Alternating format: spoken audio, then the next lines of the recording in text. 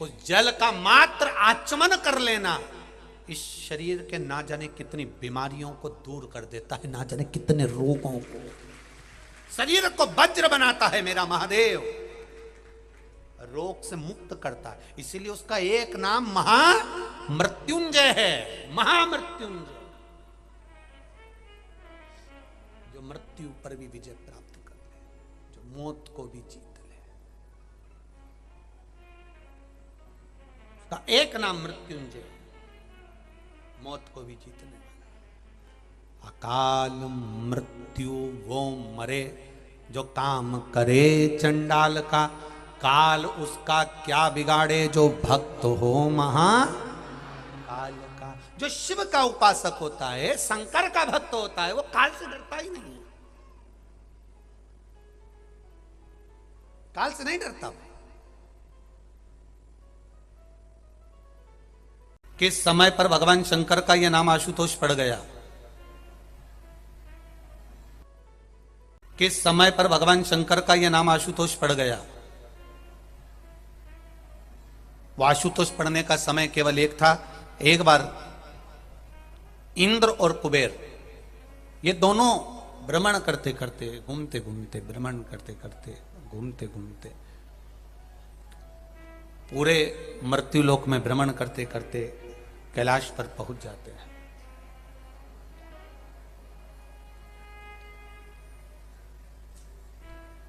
इंद्र को भी, इंद्र का यदि सिंहासन प्राप्त हुआ है तो मेरे देवाधिदेव महादेव के कारण प्राप्त हुआ है, और कुबेर को भी अगर कुबेर की सत्ता प्राप्त हुई है तो वह देवाधिदेव महादेव के कारण प्राप्त हुई है। इन दोनों को कुछ मिला है तो मेरे महादेव के कारण मिला है। ये अलग से इनको कुछ नहीं मिला, जो मिला वो मेरे महादेव से मिला, जो मिला इनको वो मेरे महादेव से मिला।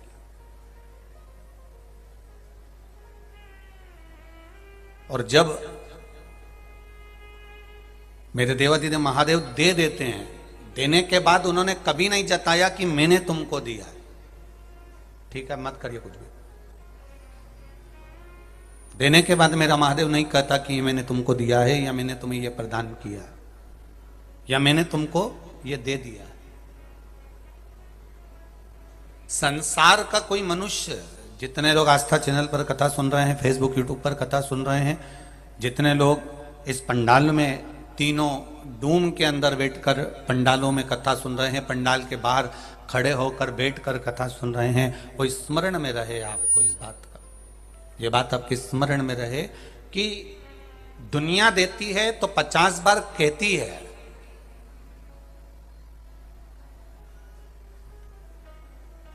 अगर दुनिया देती है तो 50 बार कहती है, पर मेरा महादेव जब देता है तो किसी से नहीं कहता, तुम कहते हो कि ये मेरे महादेव ने दिया।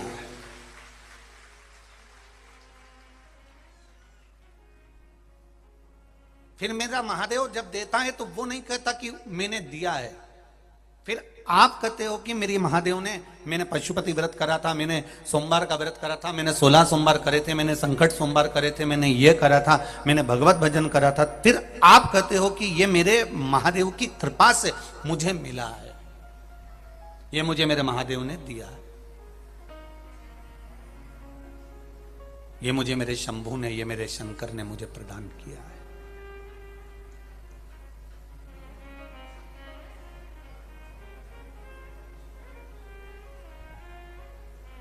एक व्यक्ति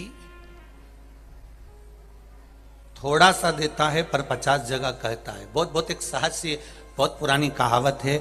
एक व्यक्ति अपने ससुराल जा रहा था और ससुराल जाते जाते उसने सोचा अकेला जा रहा हूं, तो वहीं पर एक गांव का व्यक्ति बैठा था, उसका दोस्त, बहुत पुराना दोस्त था, उसने कह दिया कि तू मेरे साथ ससुराल चल।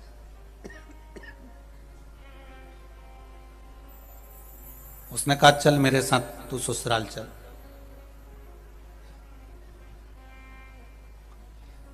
अब दोस्त ने मना करा कि भाई मैं जाकर क्या करूंगा ससुराल तेरी, मैं तेरी ससुराल जाकर करूंगा क्या, नहीं चल तू मेरे साथ ससुराल चल, मैं तुझे घुमा के लेकर आता हूं, अकेला जा रहा हूं, 1 से 2 भले।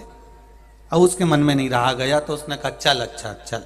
पर चल तो दूंगा, पर मेरे पास में तो देख, मैं शर्ट तो अच्छी पहना हूं, पर जो कुर्ता तो अच्छा पहना हूं, पर जो पजामा है ना वो बहुत गंदा हो रहा है, क्योंकि मैं खेत पे से आया हूं।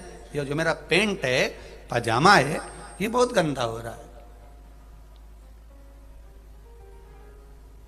इतना गंदा हो रहा है कि मैं इसको पहनकर तेरे ससुराल नहीं जा सकता। इतने में उस व्यक्ति ने गाड़ी में से अटैची खोली, बैग खोला और उसने अपना पजामा निकाल के उसको दे दिया कि ये पहन ले, ये अच्छा है, ले पहन। और उसने पहना दिया। अब दोनों ससुराल गए। अब जो जमाई था उसका आवभगत चालू हुआ, सत्कार चालू हुआ, ससुराल में खूब आनंद हुआ। आनंद होते होते एक इतने में ससुर जी को प्रणाम करा। ससुर जी ने भी खूब गले लगाया, जमाई साहब, जमाई साहब, जमाई साहब कहते हुए आदर करा, सम्मान करा। जमाई साहब के साथ में जो साथ में आया था, तो ससुर ने पूछ लिया, ये कौन है? मेरा दोस्त है, अकेला आ रहा था तो सोचा इसको ले चलूं, ये भी फालतू बैठा हुआ था। अब इसके मन में बड़ा बुरा लगा, बताओ मैं फालतू बैठा था? कोई बात नहीं, अब दोस्त तो है, कोई बात। फालतू बैठा था तो मैंने कहा चल, लिया आया इसको।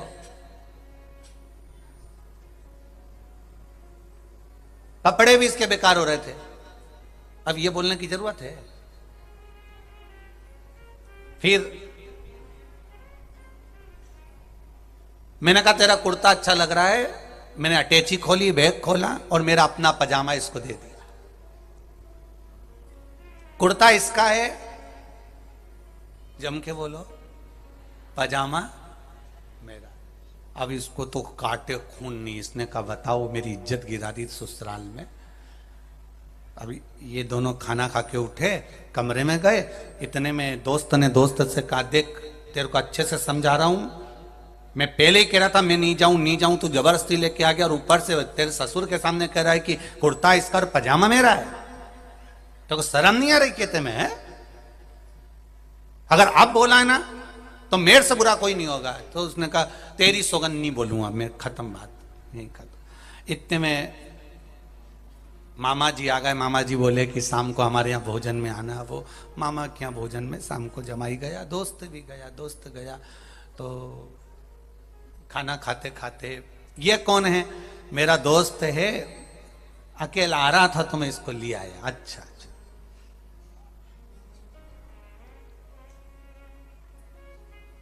कुर्ता इसी का ही है।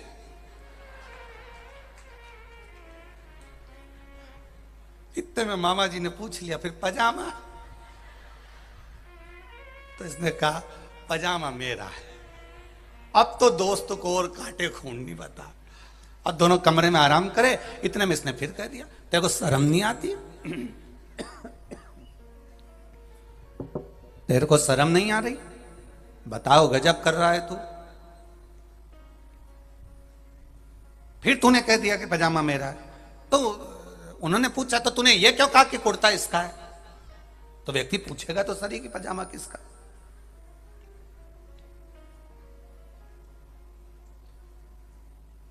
अब नहीं बोलूंगा।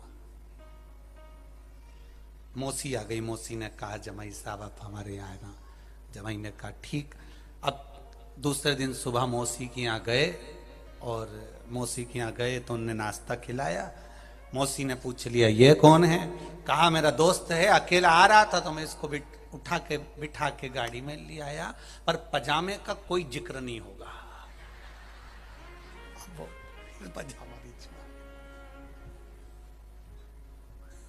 शिव पुराण कह रही है, एक साधारण सा व्यक्ति अगर देता है तो 50 बार कहता है।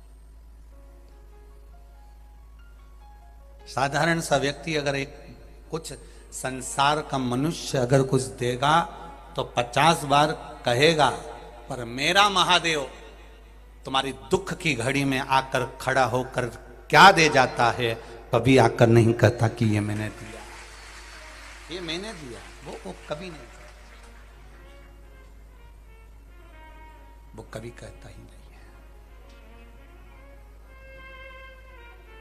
वो देता है तो संसार के लोग कहते हैं कि ये मुझे महादेव ने दिया है। तेरी कृपा बिना न हिले एक भी अणु, लेते हैं श्वास तेरी कृपा से तनु तनु। हे गंगाधार मुक्ति द्वार ओमकार तू, बोले ओमकार तू। आयो शरण तिहारी शंभु तार तार तू। बखान क्या करूं मैं राखों के ढेर का, चपटी भभूत में खजाना कुबेर। वो दे रहा है तब नहीं कह रहा। इंद्र को राजसी ठाट मेरे देवाधिदेव महादेव ने दिया। इंद्र की सत्ता वापिस लाके दे दी। कुबेर का भंडार, कुबेर को खजाना मेरे देवाधिदेव महादेव ने दिया। कुबेर को सत्ता प्रदान कर दी, पर मेरे देवाधिदेव महादेव ने कभी नहीं कहा कि ये मैंने दिया है। पर देने के बाद जब बहुत व्यक्ति को अभिमान आ जाता है, अहंकार आ जाता है, प्राप्त होने के बाद जब व्यक्ति अभिमत्ता में डूब जाता है, अहंकार में डूब जाता है, तब भगवान को भी लगता है कि मैंने दिया, पर इसने अभिमत्ता को संजो कर रख लिया, धन को कम संजोया, अहंकार को ज्यादा संजोया।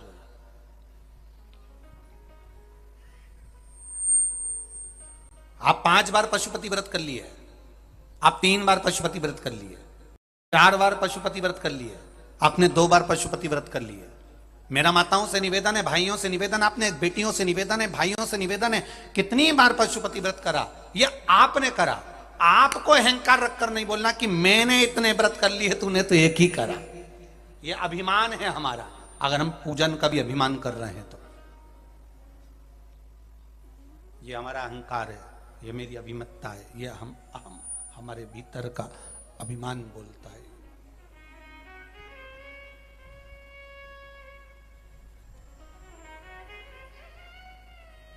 हमारे भीतर का अहंकार बोलता है। कभी नहीं कहना मंदिर तक जाओ, शिव जी को 1 लोटा जल चढ़ाओ, भगवान शंकर का गुणगान करो, भगवान शिव का मंत्र जाप करो, भगवान शंकर का नाम जाप करो, भगवान शंकर की स्तुति करो, भगवान शंकर का मंत्र जाप करो, पर यह नहीं कहना कि मैंने इतना करा, मैंने इतना प्रदान करा, मैंने इतना किया। यहां पर आप लोग कौकड़ी गांव में अगर सेवा कर रहे हो, कोई किसी को बिठाने की सेवा कर रहा है, कोई भोजन कराने की सेवा कर रहा है, कोई व्यवस्था कर रहा है, कोई व्यवस्था कर रहा है, तो भी तुम्हारे भीतर यह अभिमान नहीं आना चाहिए कि मैंने इतना करा। अगर मेरे करने पर इतना अभिमान आ जाए कि मैंने इतना किया, इतना मैंने लगा रहा, 1 महीना, 2 महीना, 4 महीना, 6 महीना, 8 महीना, 1 साल, 2 साल मैंने इतनी मेहनत करी, और फिर जाकर यीशु महापुराण की कथा हुई, तो ये तुम्हारे अभिमान के शब्द हो जाएंगे। ये तुम्हें नहीं कहना कि तुमने इतना करा, तुम्हें ये कहना है मेरे महादेव ने ये शरीर अच्छा रखा इसलिए मेहनत कर ली, नहीं तो ये शरीर से कुछ नहीं बन पाता। ये तो उसको कराना था, उसने कराया है, ये उसकी कृपा से मिला है, उसकी करुणा से मिला है, उसकी दया से मिला है, उसके कृपा से हमको प्राप्त हुआ है, नहीं तो बड़ा मुश्किल था कि हम कुछ कर पाते। ये वो करा रहा है तो हो रहा है। अगर वो ना कराता तो ये ना। कठिनतम जीवन है मानव का, बहुत कठिनतम। और उस कठिनतम जीवन में भी कहीं अगर शिव महापुराण की कथा किसी ना किसी रूप में आपको और हमको मिल रही है,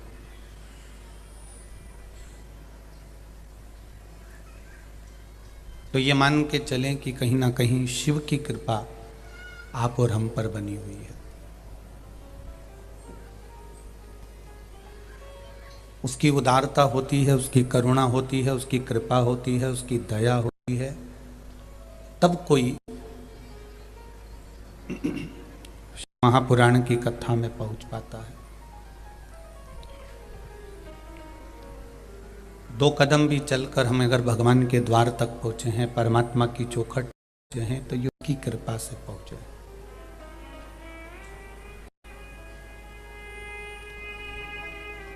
थोड़ा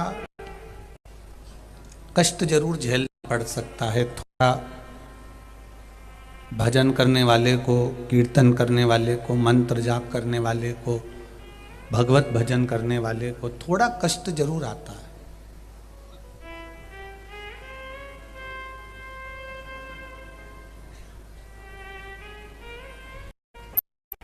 मेरे भोलेनाथ जी चाहें तो केवल एक डमरू की नाद कर दें, दुनिया का दुख क्षण में आपका दुख, केवल एक डमरू की नाद कर।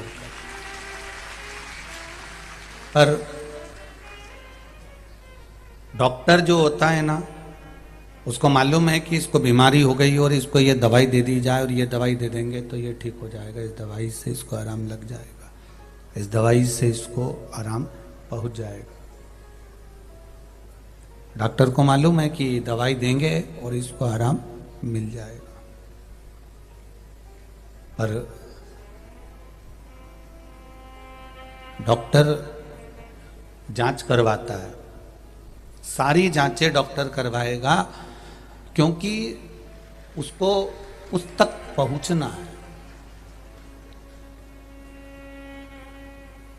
डॉक्टर को मालूम है कि ये दवाई दूंगा और इसको आराम मिलेगा, ये दवाई मैं इसको दूंगा और ये इसको आराम मिल सकता है, पर वो सारी जांच कराता है, सब जांचें वो कराएगा, इसलिए क्योंकि वो उन जांचों को कराने के बाद में एक अंतिम बिंदु तक पहुंचने वाला है कि इसकी बीमारी को मुझे पकड़ना है और फिर एक बार ऐसी दवाई दे देना है कि जिससे ये फिर बीमार नहीं पड़े। उसी तरह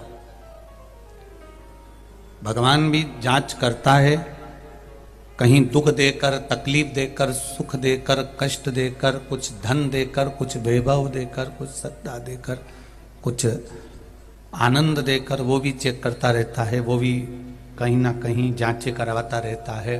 और उन सारी जांचों में, उन सब तकलीफों में जब हम निकल जाते हैं, जब उन तकलीफों से हम बाहर हो जाते हैं, उन तकलीफों से जब हम निकल जाते हैं, तब फिर भगवान आकर आपको हाथ थाम लेता है और पार कर देता है, फिर वो प्रकट होता है। जांच पूरी हो जाएगी, तब दवाई लोगे तो डॉक्टर भी पकड़ कर बैठेगा कि इसको ये तकलीफ और इसकी ये दवाई है। डॉक्टर दवाई दे सकता था, पर उसने जांचें इसलिए कराई कि उसको मालूम पड़ जाए कि रोग क्या है, बीमारी क्या है, कष्ट क्या है। उसी तरह मेरे महादेव भी ये जांच करवाकर ये देखते हैं, सुख दुख देकर ये देखते हैं कि आखिर तकलीफ क्या है, इसको कष्ट क्या है, क्या रोग है, क्या बीमारी है, दुख क्या है इसका। हम जब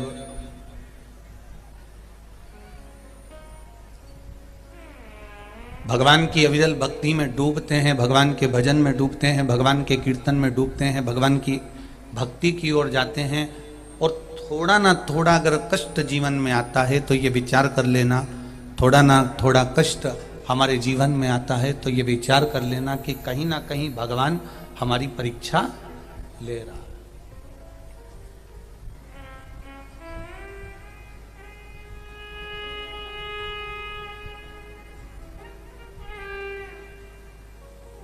एक परीक्षा की घड़ी की बात आए तो एक पत्र आया है, उस पत्र में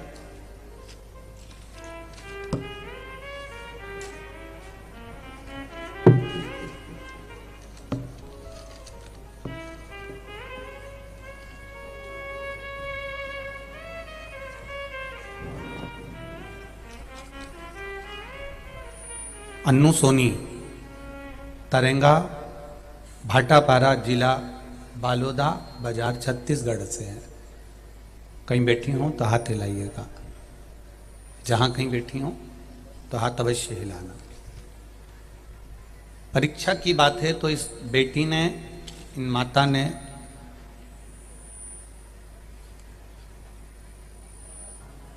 जिस मंदिर में मैं पशुपति व्रत करती हूं, उस मंदिर की जो जलाधारी है किसी ने खंडित कर दिया है।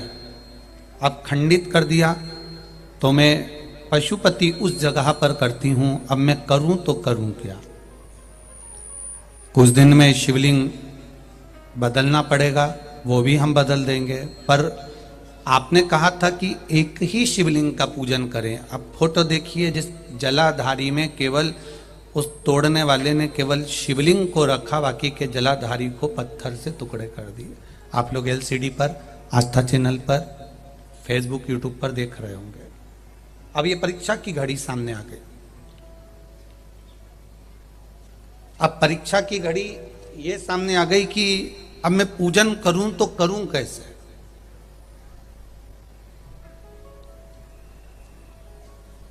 कभी कभी हम जो कार्य करते हैं, हम जो कार्य के लिए तत्पर होते हैं, भगवत भजन के लिए तत्पर होते हैं, भगवत स्मरण के लिए तत्पर होते हैं, तब हमारी परीक्षा स्वयं देवाधिदेव महादेव लेते हैं। हमारा बाबा, हमारा देवाधिदेव महादेव, मेरा भोलेनाथ, मेरा त्रिकालदर्शी, मेरा कैलाशी, मेरा अविनाशी स्वयं परीक्षा लेता।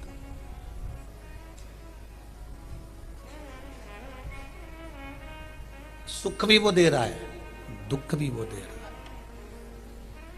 और सुख और दुख देकर वो परीक्षा लेना चाहता है, वो जांच करना चाहता है कि ये मेरी परीक्षा में पास हो सकती है कि नहीं, ये मेरे परीक्षा में पास हो सकता है कि नहीं, ये मेरा भजन कर कर मेरा हो सकता है कि नहीं, ये वो जांच करता रहता है, ये वो परीक्षा करता रहता है।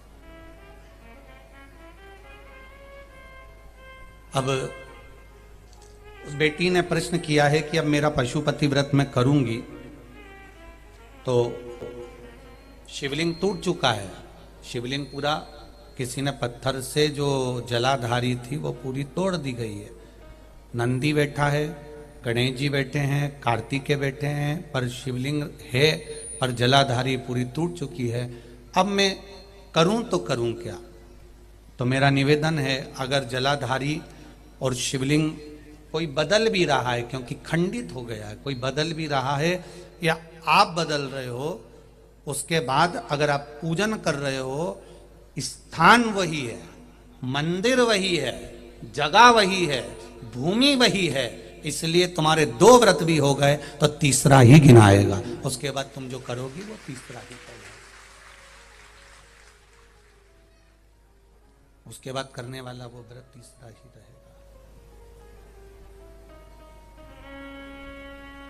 लेगा वो परीक्षा, उसका काम है, जांच कराएगा, वो उसका काम है, वो जांच कराए बगैर रह नहीं सकता, वो जांच कराएगा, जरूर कराएगा, पर बेस थोड़ा कम करके, थोड़ा टेबल खोल के थोड़ा तेज करो, प्रेशर बढ़ाइए।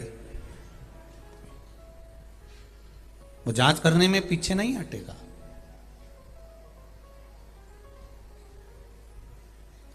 परीक्षा लेगा, जांच कराएगा, और उस जांच में, उस परीक्षा में कहीं ना कहीं आप टूटोगे तो भी कोई दूसरा नहीं संभालेगा, संभालेगा भी तो मेरा देवाधिदेव महादेव संभालेगा। वो जगह पर कोई दूसरा भी नहीं संभालने वाला, कोई दूसरा संभालेगा भी नहीं, संभालेगा भी तो मेरा देवाधिदेव महादेव संभालेगा। शिव कथा कह रही है, भगवान शंकर का संवाद कर रहा है, शिव महापुराण की कथा कर रही है। जांच कराना ये डॉक्टर का काम है कि वो जांच कराए और जांच कराकर फिर दवाइयां दे। उसी तरह हमारी परीक्षा लेना, उस परीक्षा में पास होना और पास करना, ये शिवदेव का काम, भगवान शंकर का कार्य है। आशुतोष शिव महापुराण की कथा चल रही है। आशुतोष शिव महापुराण की कथा के अंतर्गत देवाधिदेव महादेव का जो चरित्र है, भगवान शंकर का जो संवाद है, उस संवाद में सबसे मूल है कि भगवान शंकर का भोलापन और उनका शीघ्र प्रसन्न हो जाना।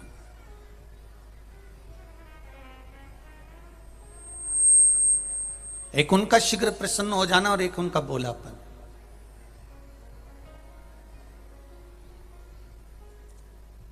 आशुतोष का मतलब ये कि शीघ्र प्रसन्न होकर वर प्रदान करने वाले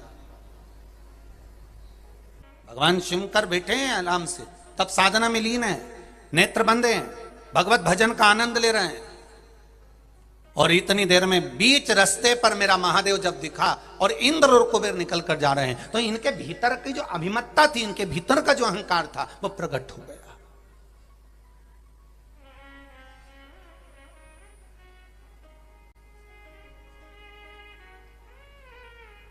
इनके भीतर का जो अभिमत्ता, इनके भीतर का जो अभिमान, इनके भीतर का जो अहम था, वो प्रकट हो गया।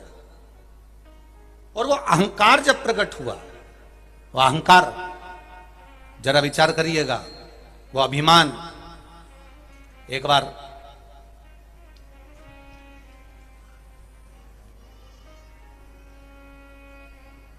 द्रौपदी के मन में भी अहंकार आ गया था।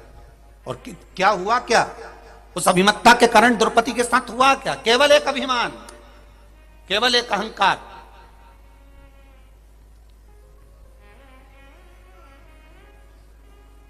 द्रौपदी के सम्मुख में भी आ गया।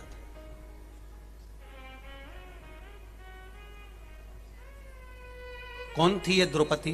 पूर्व समय में गुरु मोदगल्या की पुत्री थी, जिसका नाम इंद्रसेना था।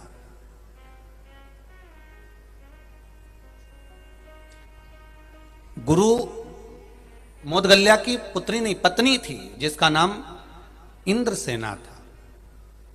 और इंद्रसेना मोदगल्या की पत्नी, युवान अवस्था में मोदगल्या जी चले गए और इंद्रसेना अकेली रह गई।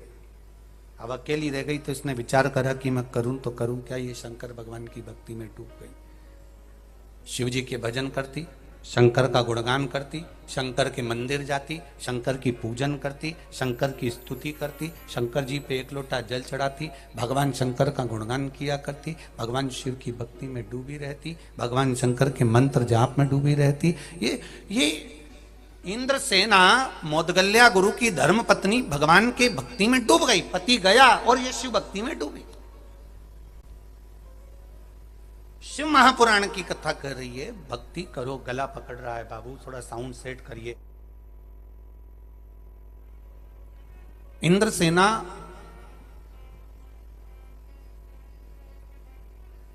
मोदगल्या गुरु के जाने के बाद में लग गई भगवान की सेवा में, भगवान के भजन में। और भगवान की भक्ति में जब लगी, भगवान के स्मरण में जब लगी इंद्रसेना, ऐसी भक्ति करी इंद्रसेना ने, ऐसी भक्ति करी कि भक्ति तो कर ली, पर इसके भीतर थोड़ा अहंकार जाग गया, इसके भीतर थोड़ा सा अभिमान जाग गया, इसके भीतर थोड़ी अभिमत्ता जाग गई। और जब इसके भीतर अभिमान जागा, शिव मंदिर में बैठी थी और भगवान शंकर के मंदिर में बैठकर आज भगवान ने फिर इसकी परीक्षा ले ली। और तब मेरा भोलेनाथ परीक्षा लेता है ये मालूम नहीं पड़ता। शंकर भगवान प्रकट होकर बोले, मांग इंद्रसेना, तुझे क्या चाहिए मांग ले।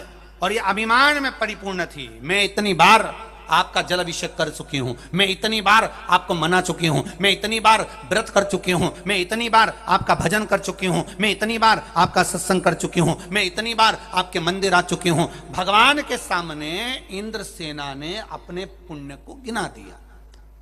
जरा बहुत ध्यान देना, आशुतोष शिव महापुराण की कथा पोकड़ी गांव में मिली है। आप लोग जरा ध्यान से सुनना, कहीं ये गलती हमसे तो नहीं हो रही कि हम पशुपति व्रत कर कर भगवान को गिना रहे हों, हम मंदिर जाकर भगवान को गिना रहे हों कि मैंने एक लोटा जल भगवान को चढ़ाया, मैंने ये काम भगवान के मंदिर में करा, मैंने भगवान के मंदिर में पोछा लगाया, मैंने भगवान के मंदिर में झाड़ू लगाई। कहीं हम भगवान के सामने जाकर ये अपने पुण्य को, अपने सत्कर्म को, अपने आनंद को हम गिना तो नहीं रहे।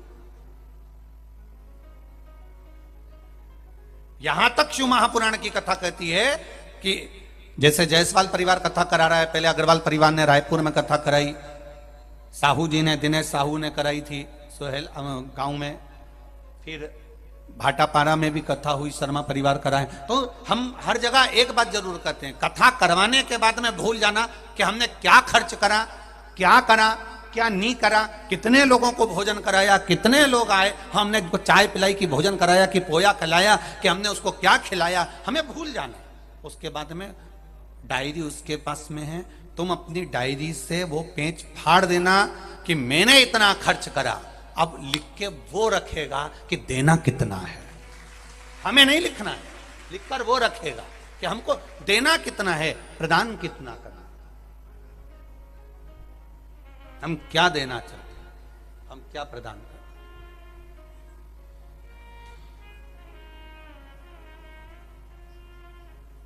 अब वो लिखे, उसके हाथ में लिखना।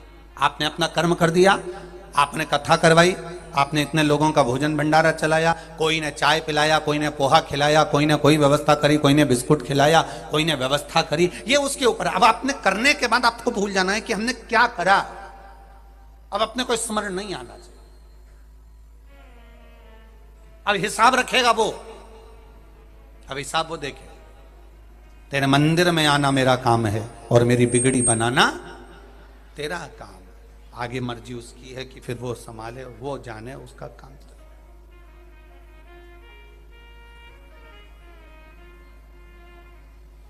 मैंने तेरे ही भरोसे ओ बाबा, तेरे ही भरोसे हवा बिच उड़ती जावागी, बाबा डोर कटी जावागी, भोले मैं तेरी पतंग, शंभो मैं तेरी पतंग, हवा बिच उड़ती जावागी, बाबा डोर हत्तो छड़ी नाम कटी जावागी। द्रौपदी ने भगवान शंकर के सामने शिव जी को गिनाना चालू करा, मैंने ये करा, मैंने वो करा, मैंने आपका, मेरे पति के जाने के बाद मैं आपके भजन में डूब गई, मेरे पति के जाने के बाद मैं आपके कीर्तन में डूब गई, मेरे पति के जाने के बाद मैं नाम में डूब गई, मेरे पति के जाने के बाद मैं आपकी भक्ति में डूब गई। शिव जी को गिनाना चालू करा। तब शंकर भगवान जान गए कि इसके भीतर थोड़ा सा अभिमान प्रकट हो गया, थोड़ा सा अभिमान।